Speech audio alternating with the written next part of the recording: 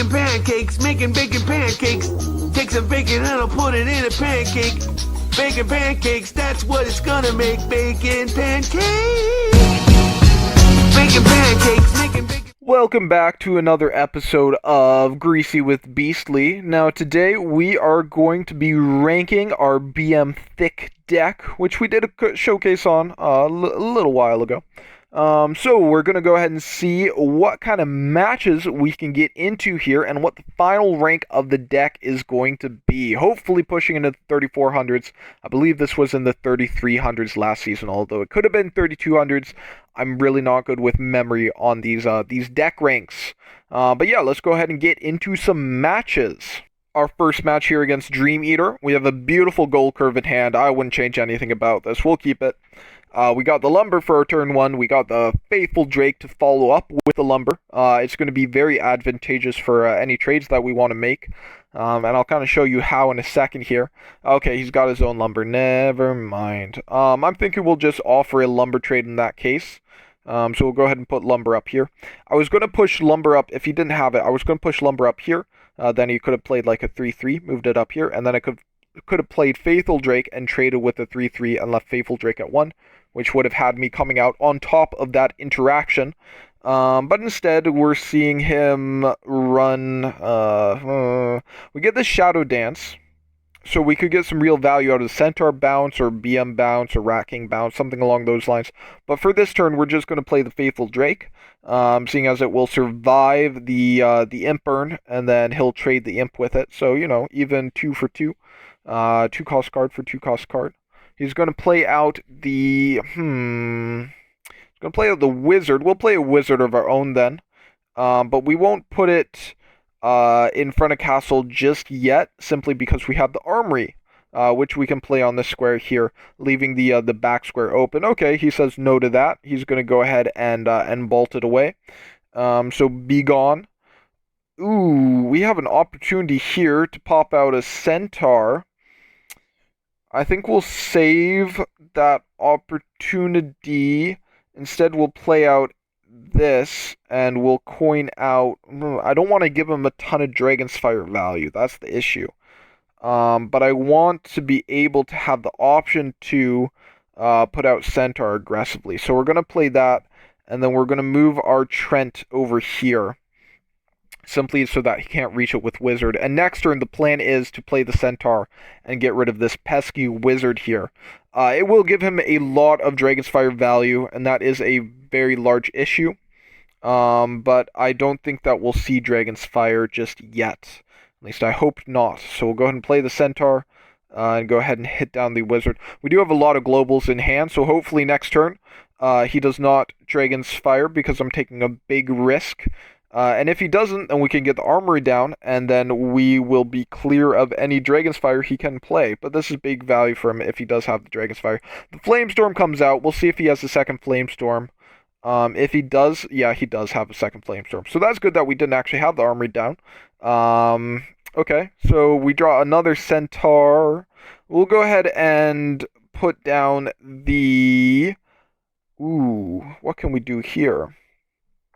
I believe we should maybe we should probably consider taking some time. Oh, I misclicked there. I was going to play the Armory, but oh well. I guess we'll just go with that play instead. I was going to say consider taking some time to put down some buffs that won't get burned off by Dragon's Fire. But he's going to play a Headless, hopefully. Okay, it goes on the Castle. I'm okay with it going on Castle. I could have gone on that or the Manicore. Either would have been fine. We see a Darkbender. This is going to be great value for our Centaur, especially if we can get our Armory down here. We draw a Call for Aid. This, I should have made that clear earlier in the introduction, but this is my bigger amount of legendaries version, where we run Call for Aid as well. I'm thinking here, we'll go ahead and play down the Armory, and then we'll just move this over to the side here. So not being too aggressive with it, not pushing in, because we can remove the Darkbender with a Centaur next turn. Krax is coming out. We're going to Call for Aid that 1,000, not even 100, 1,000%. But I still want to get rid of this Dark Bender. So we'll go ahead and do that here by moving. I might just call for aid if I'm. No, we'll go 3 with it. We'll go ahead and play this. We'll play the Centaur. We'll go ahead and deal with that there. Then we'll go ahead and play the Faithful Drake. We'll move this up. We'll just flood him with units. So we're looking for a turn 10 call for aid. We're okay with him drawing a couple cards. He's going to incinerate that. That makes sense. Just that his Kraxus can do some more effective stuff. Blue Fireball, that hurts. That really does hurt. He's going to move up and hit that down. That's absolutely fine with me. That gives me room to call for aid without worrying about the cracks being on face. So maybe not the most aggressive use of cracks we've ever seen. So yeah, again, that's fine by me. Okay, we do have one more global down than him, but he does have the cracks, and that's going to be a huge asset for him. He's going to go ahead and incinerate the Drake. Okay, so he's just looking for an effective trade there, I think. We're perfectly okay with that. We'll go ahead and move back and let him come in if he wants to take 2 on castle, and then we can play our Northlands. We can have a double Northlands turn, or we can do something else if we really want to. We can also have the option to Shadow Dance the Northlands after we trade with Cracks, just to get it back with more health. That's okay. Yeah, he's gonna play another Cracks. We'll take you. Well, we'll just play our double Ranger and double take out Cracks without losing either of them. And then we'll let him still have the 2 if he wants. And he can do whatever he wants there. So we've got ourselves a nice line of units here, and we took out both of the big threat, which are Kraxus. So he's going to go ahead and come in here, see what he can hit 2 on my castle.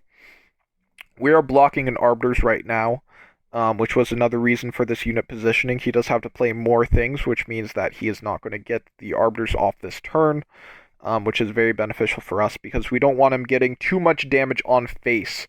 And we're probably going to be careful moving forward just to keep him off. I'll probably Shadow Dance this Ranger next turn if we don't get a better target for Shadow Dance. I mean, yes, Rat King is all good to Shadow Dance, but right now Ranger is just a much better card to do it on. Simply because we'll get him at full health coming back out again. I kind of want to hit down this Tarius Files, but I think it would be very, very silly of me to give him draw at this point in time. So instead, we'll just go ahead and Shadow Dance the Ranger. Then we'll go ahead and play it up, hit down his unit here, and then move up our Drake effectively, knowing that he probably does not have Kraxus, seeing as we've already gotten rid of 2 of them with our Rangers. Ranger is just a very, very nice card to run in this deck here. So I believe he's running no interactions. It kind of looks like he is. We'll see. He's going to put in the lumber. See if he has anything to finish it off. A Salahar Rider. So yeah, we're seeing a lot of these lower cost units coming out. He is getting substantial damage on my castle though, and I'm very concerned, seeing as we do not run any removal. Sorry, not any removal. Any heal. So I think we're probably going to lose this one on heal. We will get a Beastmaster Shadow Dance.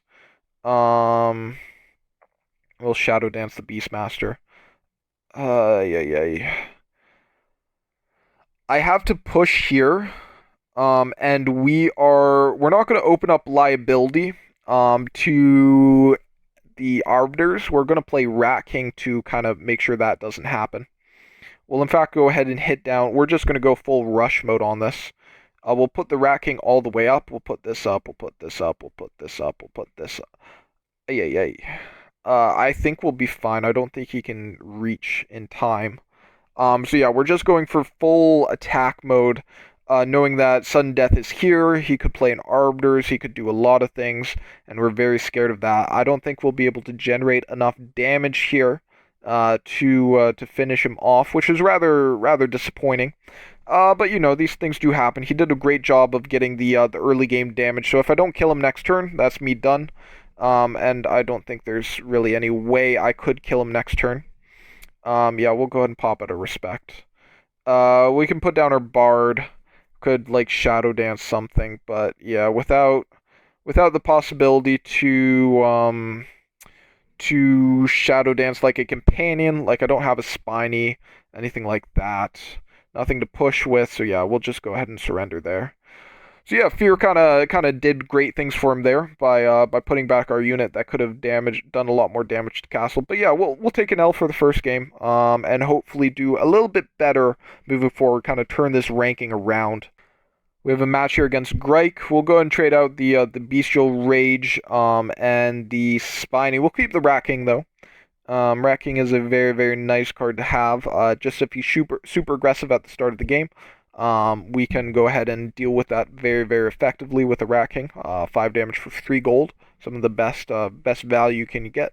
It looks like he's running dragons, so we can expect a little bit of dragon OTK coming our way. Next turn is going to be a Trent played aggressively up. So we'll go ahead and do that here. And if he manages to kill it off, then we'll play a Mana Core to follow up, seeing as it is for health. And then a Ramrus to follow that. I think that's going to be the play order, followed by Blacksmith probably. We might change it depending on what we draw, but I think it's probably going to stay like that. We'll see what he has to deal with this Trent, or if he will allow it to go on face. If he does allow it to go on face, I will play... I will play the Mana Core anyway, because it's going to allow us to keep pressure on him. Because he's not going to be able to remove this Trent directly on his face right now. And then we can do stuff like Armory or Blacksmith next turn. Oh, that was very effective. So the freeze goes on. Okay, that's rather disappointing, but that's fine. That's fine.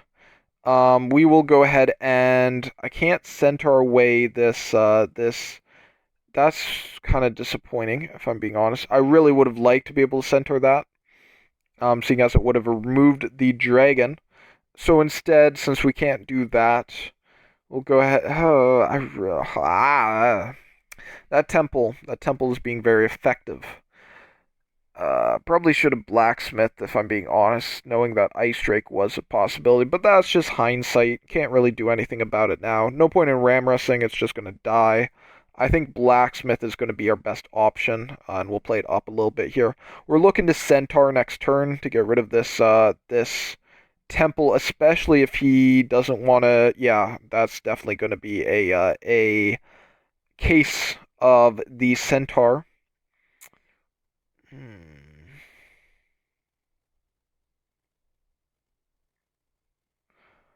I'm okay with trading our blacksmith here, simply because it's just gonna have to die to be able to get that value, and it is to 2/3, so I'm perfectly okay with that.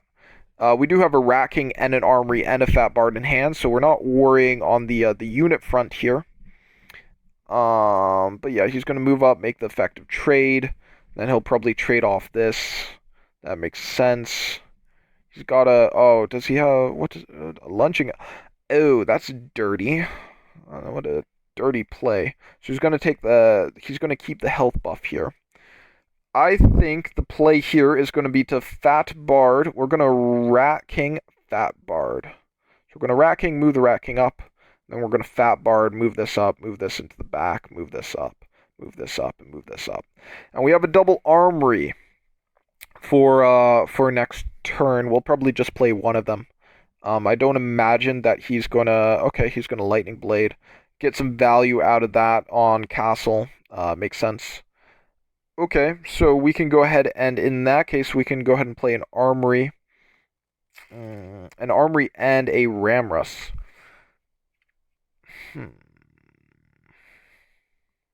Armory Ramrus.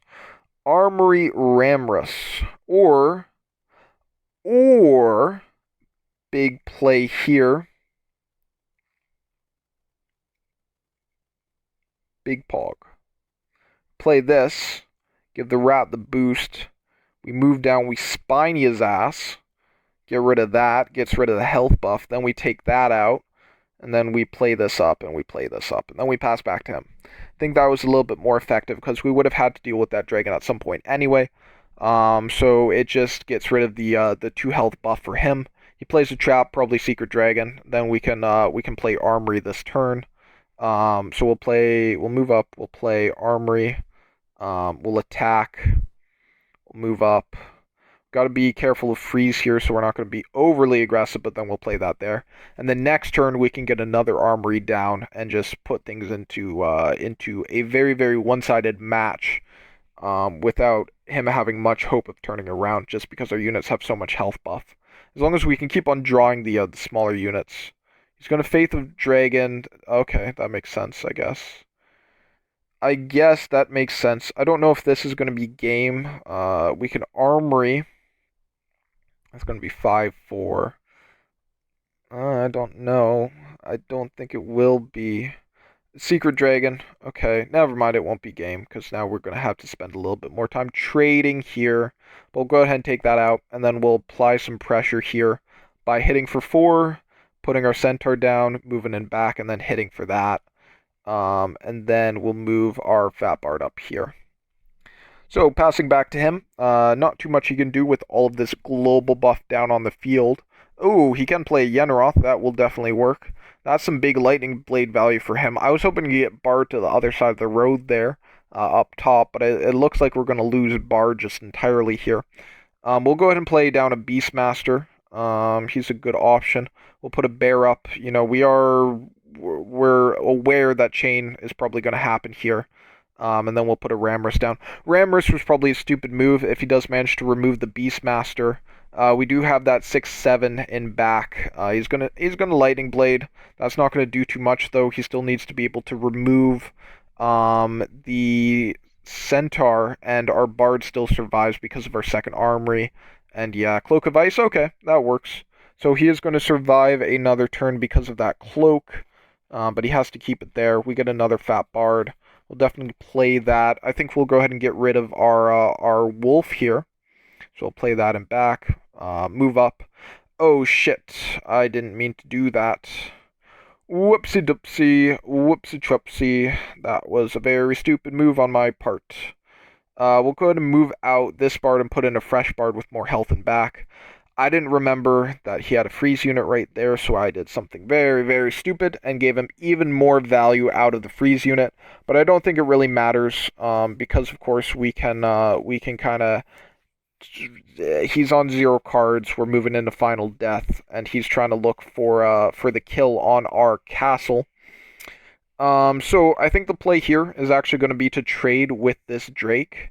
I don't really see a point in not doing that because we don't want to give him the potential to OTK, even if we do lose that card because of it, and if we lose the Bard, and then we'll play down our Dwarven Miner. He only draws 1 card, and we've got 2 cards threatening his castle, so I just didn't want to give him the OTK potential. Okay, and that's just going to be game there. So we'll throw out a respect. That was very close. That was very well played by him. So yeah, the Ninja Druid coming through though in the end, with a lot of global, just making better trades overall than normally is possible. We've got a match against York. Call for aid in hand, armory in hand.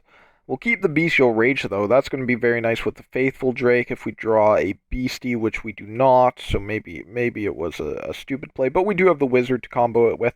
We've got so many 2-drops. I don't see any harm in coining out a Trent, and we'll put that up. See if he wants to pop out anything to trade with it. Of course, on turn 3, his only real option... Turn 2, sorry. Okay, and this is why. This is why. Value, value, value. Can you say value? I can say value. Let's get rid of this Rat Hovel with our Bestial Rage. Technically, it's a card for a card, because the Bestial Rage put on, and he's probably going to have something to deal with it, which he does not. Excellent. Excellent. Very good. Very nice. Very epic. So what I think we will do here is we'll move it out of the captain's range. And how we're going to do that, you may ask. Well, we're going to start off by playing our range support. Then we're going to go ahead and hit castle for another 3. Then we're going to go ahead and move this up here. So if he wants to come and deal with the Trent, he's got to play at least something that has 3 attack, and then we can just kill it with the Wizard. So I would say that's a pretty good deal, and he can't reach it with the Captain. He's going to play a Pyromancer and a Blacksmith, and that's just going to be... He can't... Where's he going to move the Pyromancer that I can't hit?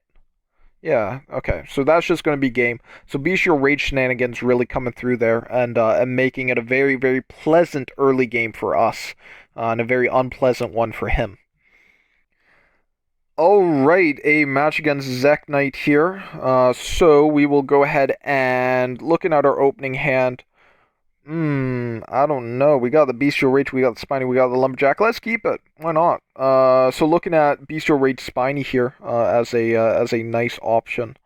Later in the game, we get the Blacksmith as well. No turn two, but with the amount of turn two cards we run in the deck, hopefully we could get one. No, we don't. Okay, that's fine. I'm going to hold back the Lumber simply because we got the Blacksmith for next turn, so we'll see what he puts out. Maybe we can get a nice two-hit on something.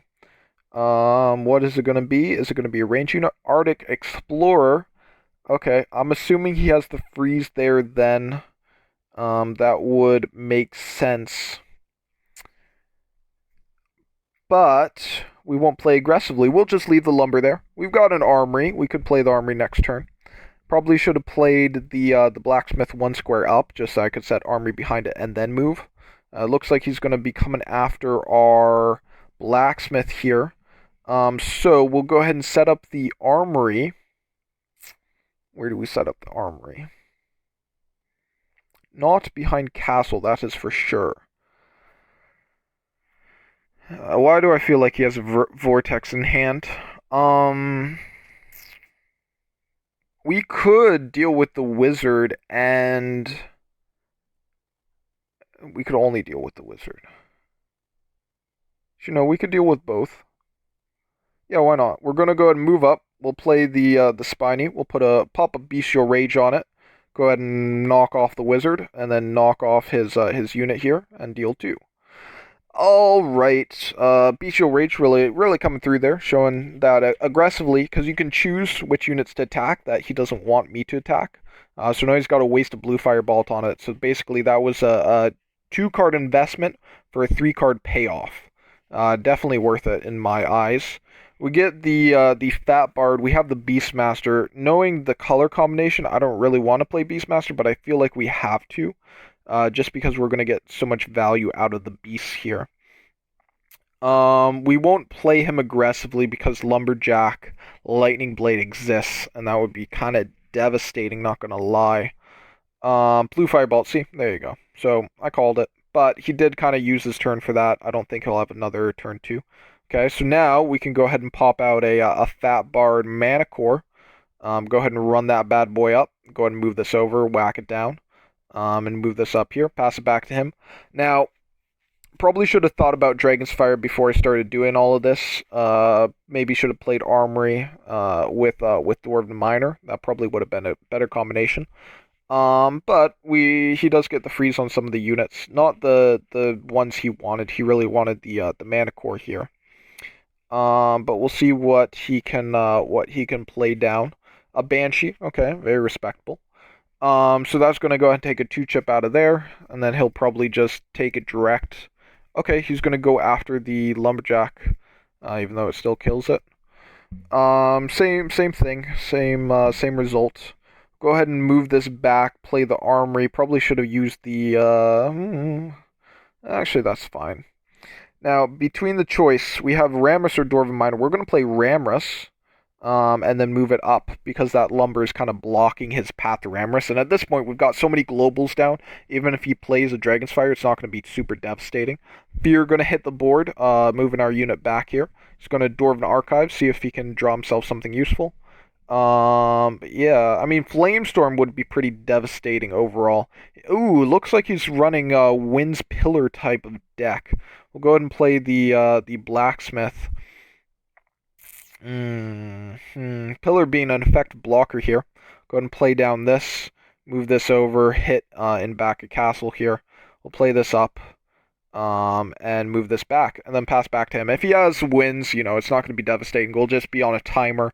And with all of these buffs, I don't really see a way that he can beat our unit power. Even our smallest units are just beefy at this point.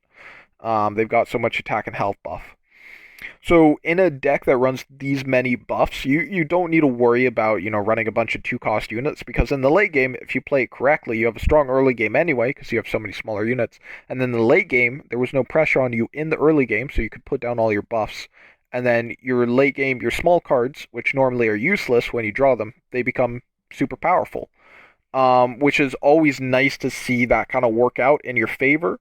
Sometimes you might get unlucky, not draw any buffs, or draw them all in the early game and then not be able to finish off in the late game, which is always unfortunate, but it normally works out. He's got a trade with Lumber here, giving me a card. If it's a buff, it is a buff. That's going to be game. Go ahead and chuck out the respect there. Play down our armory. Now we have a 6. An 8/6, sorry, and that's going to be game there. So yeah, global buffs just coming through there and putting in a ton of work. All right, a match against Capped Classics here. Now we've got the nice Trent Bestial Rage Spiny. I'll keep it. It's a little bit awkward in the early game, simply because we don't have a turn 1. So if he does want to coin out a Rat Hovel, he can. I think he will here. Yeah. Oh, Unstable Colossus. Hello there. That's not what I was expecting. We'll go ahead and definitely get rid of that before it does any harm to us. So his coin is gone. See if he has another turn 2 here, or if he's just going to pass. He's just going to pass. So I'll take this opportunity to put out a Blacksmith in a spot where I can Spiny Bestial Rage the next turn. And we're looking very strong for our next turn here. Blue Fire could be a problem if he's got that. Disintegrate works as well, yeah. So we're looking, okay, we'll put out a Dwarven Miner then instead. That's fine. We still got the Spiny. We can double Bestial Rage next turn. We got the Shadow Dance, so we can kind of do some shenanigans with Spiny. Is it going to hit? Oh, of course it hits. That's disappointing. I really would have liked it to hit Castle there, but it did not. Looking here like we're going to have to take the 3 direct. That's really not what we wanted to see. Yeah, this is going to be a problem. Alright, that's definitely something I want to get rid of. So if we could manage to do that, that would be very nice. He did play it on the correct side, though, so we can't really... We can do this. Oh, we get the BM. I think we're going to have to... We're going to get rid of that. I don't really like it at all. So we're going to go ahead and Bestial Rage this. We'll move down, hit that, and then move over and hit this. And then I think what we'll do is we'll Bestial Rage our Blacksmith because we want him to survive to buff up all of these units that we're going to be generating out of Beastmaster. If it's not the most advantageous thing in the world to waste that card there, I think it's worth it to keep the Blacksmith around, or force him to use another card to burn it off. There we go. We see the blue Firebolt. But now our unit generation kicks in, and this is just going to be a great example of our BM bounce. We're playing against Burn, normally putting down BM. That's a death sentence. He's just going to get, killed off. But instead, we can go ahead and just, keep on generating. So we got another play next turn. We can Beastmaster Shadow Dance once again. He is looking to kind of stop our progress here. We will put down another BM. We'll put down another Shadow Dance. Looking like we are going to have to go around the sides here. So we'll go ahead and do that. And then we'll play a Lumberjack. Go ahead and hit it. Pass back to him. So things that would be kind of disappointed to see would be Dragon's Fire, but we would just get a big bear out of that. Keep in mind, we do have another Beastmaster we can put down. Master Thief coming out is just going to buff up all of these units. I'm not going to risk playing BM until all of the beasts are gone, because of course if he does have a burn, we did see him run Disintegrate and Blue Fire. So if he does have more stuff like that, or even Dragon's Fire, that would just clean up all my units, whereas otherwise they would not have gotten cleaned up. We'll go ahead and play a Wizard down here. Keep on marching our units up. Keep on going with them. And then we'll play down 2 Faithful Drakes. We're looking to start hitting down this Molten Pillar with a range unit here. And we're looking to flood his side of the board. He's got 10 gold, but he only has 4 cards in hand, which I'm feeling pretty good about. We definitely have the board advantage. Faithful Drake isn't going to get burned off if he plays the Dragon's Fire. He does get a lot of value out of Dragon's Fire, though. Maybe I should have held back one or two of the Faithful Drakes. But we'll see what he has to play. This pillar is in our way, so we can't effectively rush his castle, unless we traded units with it, which of course I'm not going to do right now since we have unit advantage.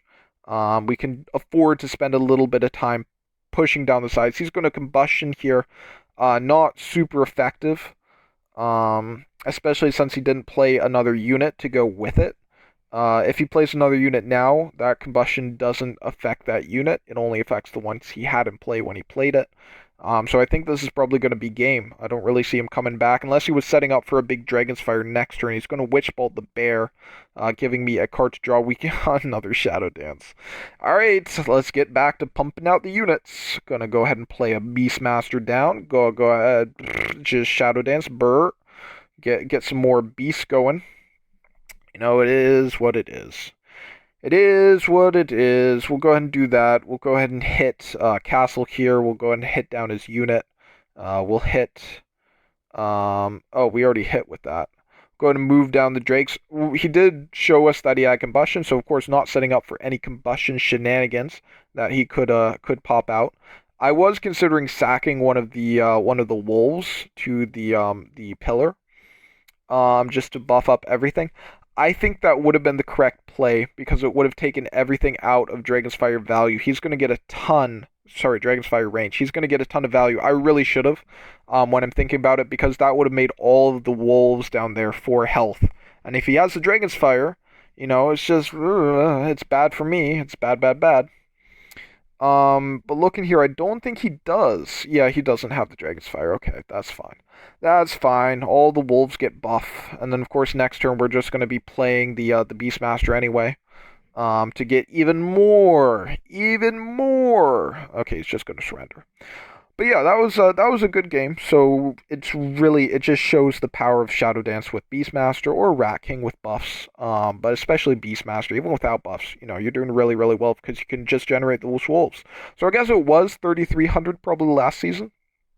So we're looking at 43. Not too bad. I think we advanced maybe 10 or 20 points with a 4-1. So we did manage to turn it around. We lost the first match, but the other 4 went pretty well. So yeah, I think that's probably a good place to wrap it up. I would say that's a very nice kind of showcase of the deck, the different parts. We really got to see a wide range of how it can play. And yeah, I think that's a great place to leave it. Now, if you did enjoy the video, feel free to subscribe if you haven't already. If you like this type of content, and always, remember to leave a like and leave a comment, telling me what you thought about the video, anything I can improve, anything you really liked, anything like that at all. So we'll go ahead and leave it there. And yeah, thanks for watching.